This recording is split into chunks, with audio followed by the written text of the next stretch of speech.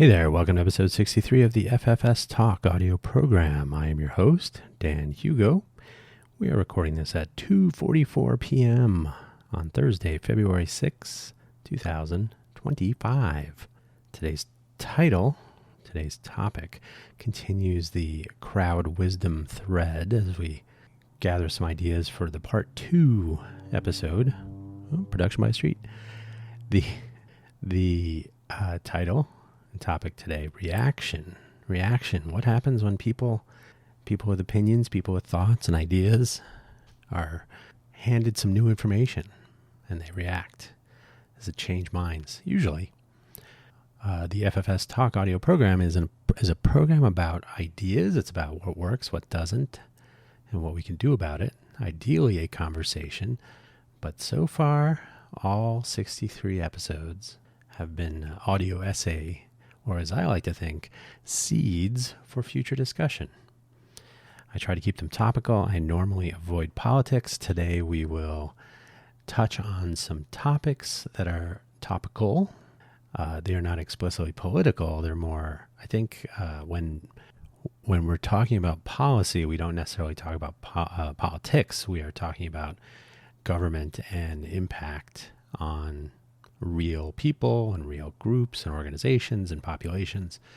So I don't view that as political so much. So I'm going to use that trapdoor today, but not really getting into political party affiliation, more action and reaction, but not too much, just a little bit in context, given the times in which this audio program is being recorded. And again, it's February 6, 2025. I think I said that, 25. You can check the news if you are in our future. If this episode is older than a week or two, hopefully things have improved. And the FFS Talk audio program is so specifically about what works, what doesn't, what we might do about it. And if you are not familiar with the FFS abbreviation that forms the title of this program, you need to hang out with more Irish people. Hopefully, wherever you found this audio program, you're able to locate the show notes within the episode description. Got the show notes with a summary that I will read to you and the links, the shameless self-promotion pair of links, and 3 relevant to today's episode. 1 from last week, in fact. So let's get that started so we can get that done. The show notes are this summary: thinking out loud about crowd wisdom. What happens when the crowd encounters some new information or impression or perception that forces a rapid change in opinion? Does the crowd become more wise, or can reaction be distraction?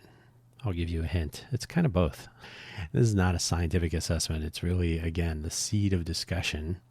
This is not to say that thought has not gone into this, but it is a ever more interesting topic to ponder as more and more artificial intelligence tools and more technology and more connectivity and more human engagement with those things can be measured, can be aggregated, analyzed. The links for today's episode, the shameless self-promotion pair, buymeacoffee.com/DanHugo and Ko-fi.com, ko-fi.com/DanHugo.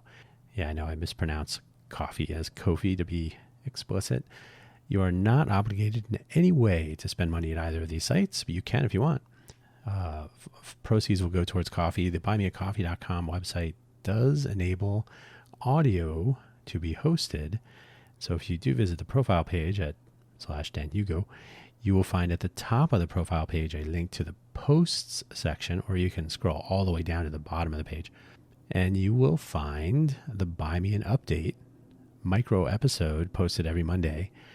It's a micro update, 5 minutes or less, about previous week episodes and upcoming week topics or possibilities. So a 5-minute quickie. You can find that again, buymeacoffee.com/DanHugo in the posts section. It's hosted there on the website, the audio segment, 5 minutes or less. And as well, there are links to all of my audio programs, all of my projects, and so on. So check that out. Ko-fi.com does not support something similar. They only support linking to audio, and they do not support linking to Buy Me a Coffee. Surprise. So I post textual updates on Ko-fi.com. These are platforms used by content creators, open source developers, people with an audience that they would like to engage. Hey, that's me. The next links, groupthink. These are two Wikipedia links, groupthink and then propaganda. Groupthink is when a population, a crowd, a team, a faction, you and a friend at least. I think you need at least two people. Adjust your thinking, your opinions, your reaction to external stimulation, external news, events happening to you or happening around you. What do you think about those things? So the group can kind of confirm, can tune, can filter. You know, have you ever asked a room full of people what they think about something and then they react? For example, if you're playing music or reading a poem or attempting some stand-up comedy, and the group, the population, will give you a response, and it may change the way you think about something. The audience is your group, and you, by extension, become a part of that group if you change your opinion based on their reaction. So if you can imagine that same scenario playing out in a meeting room, in a classroom, in a pub, in a bookstore, in a library, in a coffee shop, what do people think, and how does that influence you, and vice versa? And then propaganda, of course, is using the tools of communication to alter opinion, especially if you can alter the opinion of the population or groups within, and then that will become reinforcing. So propaganda is completely interesting. I did not link to it today, but the Ed Bernays book on propaganda is interesting. You should read it. Finally, it's a TED Talk by Deb Roy. He was a professor at MIT. I don't know if he still is. Deb Roy and the Birth of a Word. It's one of my favorites, as I will say again later. Fascinating TED Talk about, he brings his son home. He and his wife bring their son home, and he has outfitted their home, which is, I believe it's an apartment, but it's fascinating, actually. He outfits it with cameras and microphones and is able to build a 3D representation of the home and people moving around in it, and more importantly, communicating. And his goal was to capture the first word that his son would say in their home so that he could track interactions and what influenced the when and the what, right? At what moment did the first word came out, like, what did he say? And I cannot remember what he said because I didn't rewatch the whole thing. I watched it several times. It's totally worthwhile. Again, one of my favorites. But the moment he captured the word, but then he more interestingly applies this in an interesting way, which I'll get to in a moment, but definitely worth checking out. TED Talks are basically 20 minutes or less, so a good use of your 20 minutes in this case. So those are the links. Let's get on with it then. So this episode is recorded during interesting times, to say the least. If you are listening to this at some time in the future, as I mentioned earlier, ideally you're looking back at a collection of issues and events that settled in some useful way. Hopefully this is not ongoing for months and years. It may well be, though. Obviously, we are speaking about a collection of policies, executive orders, and turmoil that is connected, of course, to a recent change in administration. And I'm saying, of course, and obviously in context or in situ. So if you're in the future and you don't remember this stuff, hopefully the internet is still around and you can check. Remember February 6, 2025, around this time. After a reasonably close election in terms of vote count, but whether it was even closer or not quite so close in terms of culture or perception is something we will learn over time. So what do people really think? Do they regret the outcome? Do they regret their personal vote choice? Do they regret not voting, etc.? So what did they choose to vote on? What was the issue or issues that they voted on, and how is that working out in 17 days with this particular scenario? It's all playing out in these early days. So this is day 17 and of the new administration. So inauguration day, January 20th to February 6th is, hopefully I got that right, 17 days. So it will be noteworthy, if my math is correct, as I wrote here, it will be a noteworthy observation if we can, in an accurate way, determine what happens to the crowd and what they think about what they are being told and what they believe. And then would this be showing up in crowd wisdom? And would that wisdom change and change back? So I just mentioned some of the stuff about Birth of a Word. This is one of my favorite TED Talks, as I mentioned, mostly because of the overall study by Deb Roy. And again, this was 15 years ago, so give or take, I think it was about 15. And he may not be at MIT anymore. I didn't really check. I've not followed his. I think I did try to reach out to connect with him on LinkedIn at one point, but he's busy capturing people speaking. But in the middle of the presentation, give or take, is, so, figure 10 minutes in or so, but watch the whole thing, is relevant here. So while he was studying the language skills development of his son from the time he came home on his actual birthday, maybe it was a day or two later, he developed a collection of tools and methods to capture context and expression, so how the words were used and when. And in the middle section, he goes into some detail about applying these methods to social media exchange. So the language used, the correlation with public events or news about public events. So he was able to see what words were people using and correlate that with, and of course the question is there causality coupled to that? But correlate the conversation happening in social media with the news of the day.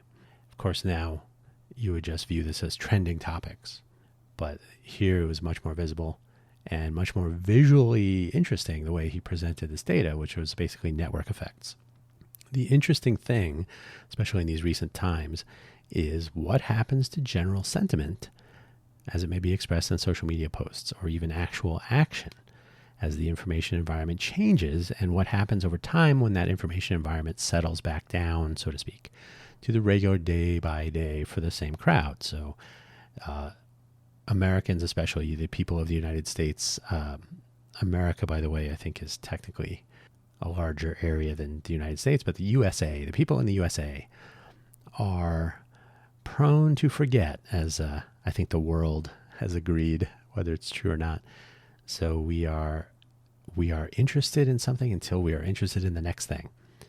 The attention span of a goldfish, one might say. As a population, you may be fascinated by the events of today and you'll keep track of it for the next couple of years, and who knows?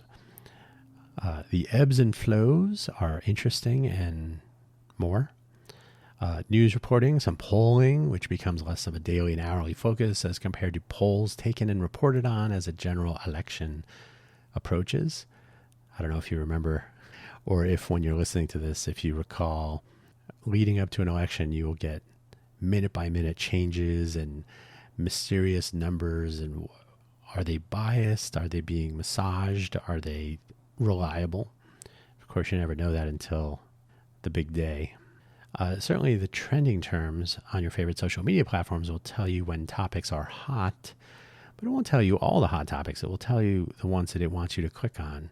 A little conspiracy theory there, but you're not seeing a detailed view of which things people are talking about, which topics, which keywords. Those are saved for paying customers, the ones that are paying for advertising, for example. This can sometimes translate to action, which there were demonstrations this week all around the United States during, I can't remember, I think it was Tuesday. There was allegedly a demonstration day in all 50 states, at the state capital of the 50 states. Carson City is the capital of Nevada, where I live. That's quite a drive.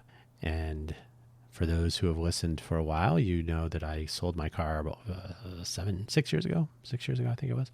So especially long walk to Carson City. But I believe there was turnout there. There's been turnout that has made it to the news. So that translation to action is interesting and noteworthy and newsworthy.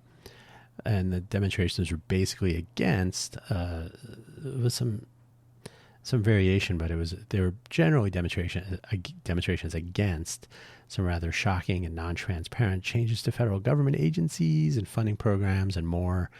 There were a variety of things, and I don't believe there was a requirement that you check a box or boxes about what you were there to protest. So it could be any number of things or none. It could be just showing up to hang out.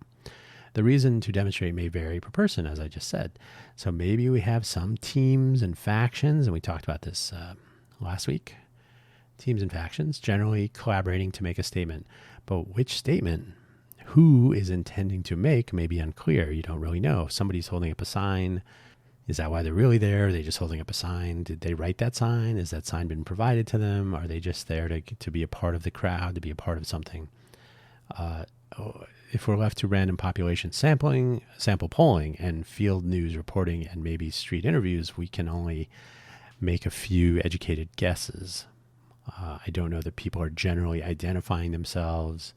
It certainly would be interesting to know if they do this a lot, if this is their first demonstration that they showed up to. This is a call to action that they answered. So these are some nuances. These are probably determinable according to their social media activity. If someone is fairly active given a few topics, and if you look at that Deborah White presentation, you would essentially see particular accounts on particular social media platforms becoming more interactive if certain topics are current, if they're trending, or if they're part of some engagement by people that they are in close networks to. They may or may not be friends or even know the people they're connected to on social media, but if the topic ripples through that particular team or faction, if you like, these are virtual groupings of people that, again, may not know each other, but they follow each other. They engage with commenting and retweeting and sharing and whatever, all that stuff, favoriting, liking. So yeah, you could literally watch this stuff. So whether they actually take action, show up, maybe they posted a photo of their participation, or they made a comment, and then you'd be able to correlate that. So the opinion spring is interesting here. If you're not familiar, a spring, coiled spring usually, but it could be a leaf spring. But a spring is something that we know from experience basically stores some energy to return in the opposite direction. Hooke's law, F equals negative kx. So k is the spring constant, how springy is the spring, and x is the deflection. So how much change in motion. Is that what? No. Is it deflection? I think so, because you basically want to translate the springs are usually fairly linear, but then they can reach a nonlinear point. So anyway, I think you measure deflection. And so the force will be based in the opposite direction on how much deflection you create in a spring. So if you push down on a spring, it wants to push up against you, right? Okay. So if we imagine external events, news of the day, propaganda, groupthink as forces applied to the personal opinion spring, how much a tendency does one have to push back, to resist the inputs that might change our minds, and then for how long? Springs are funny. They can deform or change so that they stop pushing back. This can happen with old springs. No comment. And they will generally push back and overshoot. Let me fix one little typo here. So if you push down on a spring and then you release it, or you allow it to push back, depending on how much force you are applying to it, it might push back slowly, or if you just let it go, it will spring back, and it might overshoot, like I said. So your spring might push the thing that was pushing on it beyond where it started, and then it will settle back down. So you'll get a little oscillation. And the dynamics of springs are a little outside this presentation today. But generally speaking, if you are familiar with springs, if you've ever driven in a car with bad shock absorbers, which are sometimes called dampers in a spring damper system, when you hit a bump, the car will bounce around, right? If you've ever experienced that, or there are probably some other good examples. But anytime you jump on something that's elastic or springy, and then you bounce a little bit, you're oscillating. So this same thing could happen with opinions. Like, I learned this new thing today. Now I'm against it. But then I guess when you really think about it in the big picture, I guess it's not that big a deal. Maybe I'll just go back to what I was thinking before. I'm kind of pro, but then this other thing happened. Now I'm against, and so eventually you might settle back to where you were, or you might have some new views on things. So springs, it's not an exact analogy, but there's a possibility that when a force is applied to your opinion spring, so external events, news, actual things that happen to you or around you, your reaction to new information could drive an emotional response. Or it could drive your reaction could be a result of an emotional response. How about that? It may be greater than you expected, or perhaps you might change your thinking to and fro. Like I said, you may be called waffling, some might say, until you settle back to a position or opinion you are comfortable with. So if something happens and you are suddenly averse or anti or pro or whatever the case may be, and then over time you settle back down to your original views, that small event or your reaction to it may have been emotionally charged, or maybe in the situation it was relevant, but in the bigger picture, not so much. So it depending on how people poll or investigate or examine a population, they may see, oh, people are really reacting to this situation, or they may see a temporary reaction because it's usually a random population sample. You can poll people that show up to a demonstration or a protest. That's a self-selected group most of the time, unless they're being told to go. So a self-selected group, you are not getting a random population sample. So you have to make sure you sample people who are not at the demonstration, people who wanted to go but couldn't, people who didn't want to go and didn't, people who did go but didn't really want to. Not sure why I'm here. So getting a nice random sample, but then again, you're getting a point in time perhaps. And if you take a different random sample when there's no demonstration, you won't be able to catch the same sorts of data. So, and this is accounted for in people who do polling for a living. They understand these things. But to the general population, you may get a polling result that says, 87% of the population is against something today, but then you look next week or next month and it's something else now. So population doesn't stick with their reaction. The spring is unsprung. So how about some tools and methods? We know that social media can be a source of information about some part of a population. These are self-selected. They sign up for a social media account. Unless you have to sign up for Twitter X for financial services through the government someday, you are probably a willing participant. You have signed up for Facebook or Twitter or a Mastodon server of your choice, or Blue Sky, or who knows what else, TikTok, Snapchat. So their opinion there, maybe your opinion, is based on language, or the assessment is based on their language usage and interaction and engagement around trending topics and particular threads of discussion. So you can measure these things, but how representative is this source of actual opinion? There's the anonymous effect, right? You can create an account. You don't have to share your name with the public. The policy of the platform may vary on this, but essentially you can be, Bodie McBoatface on Twitter, and nobody knows who that is. And you're free to express opinions or share ideas or be offensive and trolling and so on, and nobody can associate that with you. So the opinions expressed may be extreme and may not even correlate with your actual opinions. So it may be a performative.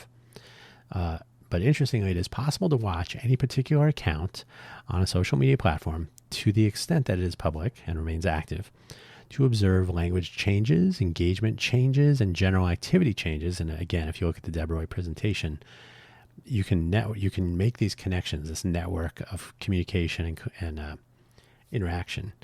So if one particular account starts to make different comments or engages with different accounts on a particular topic and might engage different accounts with a different topic, you can reach another level of dissection about the use of language and how it correlates with current events and news reporting on current events or discussions about current events. You might see the change in language based on the interpretation of events, so quote unquote reported on in a virtual social media peer group.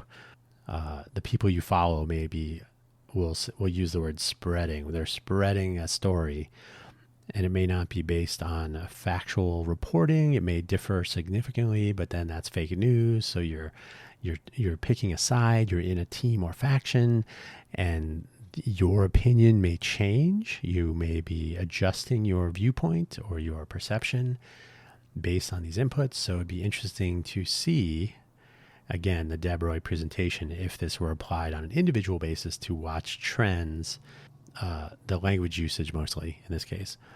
Could be photos posted on your account, What do you really think based on, I'm posting memes or photos that I took myself, or photos that I'm resharing, or news stories that have an image, or I've added an image. So there's all kinds of information that can be gleaned from this. Now, if I share an image and share a link to a story and it has an image, that's not the same, right? I'm sharing the story. The image comes with the link to the story. But sharing of images and memes and choices of what those are and so on, these can all be inputs to this analysis. So it would be, I believe, interesting to see in the Deb Roy visualization and certainly the analysis, keeping track of changes per person. So the idea to not to counter this, because this is just human nature. You're going to respond to your surroundings. Whether that response is persistent or temporary is interesting, because that's where things like voting come in, election outcomes and so on. But it's not just elections. So social media platforms, for the sake of advertising profit and data collection, which is more profit, are not going anywhere soon. They're sticking around. But there may be a slight shift in perception, a slight decrease in willingness by some to participate, myself included, especially with alternatives coming onto the scene to the alternatives to the usual and legacy platforms out there today. So we're looking at you, Facebook, and we're avoiding looking at you, X, Twitter. Suppose we enable people to express opinions explicitly in something more like a survey system, where their views and opinions are explicitly captured and made visible. So basically, you can tweet and you can toot on Mastodon, you can whatever Blue Sky does, you can post something on TikTok, you can still do all those things. This is not a replacement for that, but you might want to say, hey, I'm gonna chime in on something. I'm gonna express an opinion. I'm gonna check barely a lot network effects. How likely are you to recommend, or how likely are you to vote for, or how likely are you to visit whatever it is, right? So if you can actually, if someone wants to take the time to participate, they're still self-selected, but they might say, today I feel like this. Do you approve of this? What do you think of this, the job this person's doing? And these are all things that you see these survey questions taken and sometimes posted. The approval rating of the incoming president, the incoming administration, the approval rating, but then what does that really mean? So what is the exact question? So now you open it up to, here's the exact question that people are answering, and you make the results public with their identity shielded. Of course, you're not going to know what my opinion is, but you're going to know that the same person has this opinion change over time, and you can correlate that with news of the day or other. Now you're leaving out their social media interactions, obviously. So now you're just looking at a person in isolation. But I'm going to guess that you could infer, if you know something as simple as geographical location for voting precinct, for example, if you make that a piece of metadata about an otherwise anonymous person, you could start to correlate neighborhood and geographical reactions. You wouldn't be able to glean so much in the virtual networks, right? The online networks where you don't actually know people, you're not geographically proximal, but it should be interesting to see how population in general is like a school of fish, so, changing direction now and then based on external events, like a shark or a person with a spear, or a spear fisher, right? So spear fishing. So without names and personal identifying information attached, you wouldn't know who the people were, but you should be able to see in general what the population is doing, so that anyone, not just advertisers and other agencies, can observe the crowd. It should be everybody. Everybody should be able to see what the crowd thinks. Now, we might see trends and changes in opinion, sometimes short-lived, sometimes long-lasting. But would it make a difference to know their population, to know what a population, I should say, what a population, still self-selected, by the way, with the inherent biases that come with that. But would it make sense, and would it make a difference to the views of the population if the population itself knows what it really thinks based on the explicit individual participation? So in other words, if I know that 10 people who used to think one way are now thinking another, because, I mean, technically you should be able to see when any one individual changes their views. It doesn't have to be by name, but it could be a particular individual. Now, would I want to follow some anonymous person specifically? That doesn't make a lot of sense. But the fact that you can see and identify that there are unique yet anonymous individuals that are expressing a change in opinion is a matter of transparency. It would ideally lend some credibility. But at the end of the day, you can follow people, and it might be interesting. Why? Because look at Yelp, for example. Yelp reviews are an example of this. We do make decisions based on the crowd on Yelp. If we can see the crowd opinion changes, we may change ours as well. So on a Yelp review, you may see a 5-star review. And I think Yelp still does this where they show a trend over time. So they'll show you the average, the moving average, or some average, I think, of reviews over time. So you can see if it's going up or going down or staying about the same. You might decide, this restaurant's not as good as it used to be, or this bookstore doesn't have doesn't have the response of the customers that are choosing to leave reviews or change or update their reviews. You can say the same about movies. You can say the same about product purchasing choices on Amazon. So you can, I don't know if you can follow people on Amazon, but on Yelp, you can follow a person. You don't necessarily have to know who they are. They might have a fake name or just a first name and a last initial, or they may not have a real name at all. It may be a nickname. I don't know if Yelp has a real name policy. They used to have a real photo policy if you wanted to be a Yelp elite. But the bottom line is you could follow someone and see what their opinions are. And so it would be interesting to allow people to follow anonymous opinions of certain topics to see whether they would track those. Do I change my opinion because the people that I am following change their opinion? Groupthink, right? A form of it. Influencer impact, I suppose. But this is where the experiment is to be found, and this is how, in one view, it would be possible to correlate events and reactions on short-term and long-term opinions and opinion changes, which, in my opinion, would be almost critical in assessing the importance of it. And I will imagine that this sort of data is collected every single day, if possible, for money, for political parties and for the sitting administration, potential competitors, upcoming primary elections, around issues that are coming up for a vote in a particular locality or nationally. So knowing what people think at any given time and why they are thinking that and why they change what they're thinking is critical intelligence in some cases. And I can see the market value of that. But in general, these are not often transparent to the population itself, other than the examples I gave. So it'd be interesting to know if that was a possibility in a general sense, to just know what people think over time and how opinions change based on, and you can correlate against a timeline, right? You'd say, oh, the opinions were like this, and then this news story came out, or this event happened, this the fire or a flood, or a sports team wins a Super Bowl or a playoff game or whatever it is. So you could correlate changes in opinion not only against relevant events, but possibly not so relevant events. Are people in a better mood because their team won the Super Bowl? Probably. Are they in a better mood about your political policy or your political negotiations or assertions or the policy outcomes of those negotiations? So it would be interesting to keep track of these things. And that's where I'll leave it for today, because this is an ongoing conversation, but I've also talked about having introspection polling or surveys that would allow individuals to participate on an ongoing basis around particular issues or anything. And what would that actually mean? What would it do? So what does it do to the crowd wisdom? That is something that we hopefully are not leaving to chance. So that's where I'm going to leave it for today. Thank you so much for listening. As always, don't forget to check out the shameless self-promotion sites if you get a chance. And again, no need to spend any money, but see if there's anything interesting there. Take care. Bye-bye.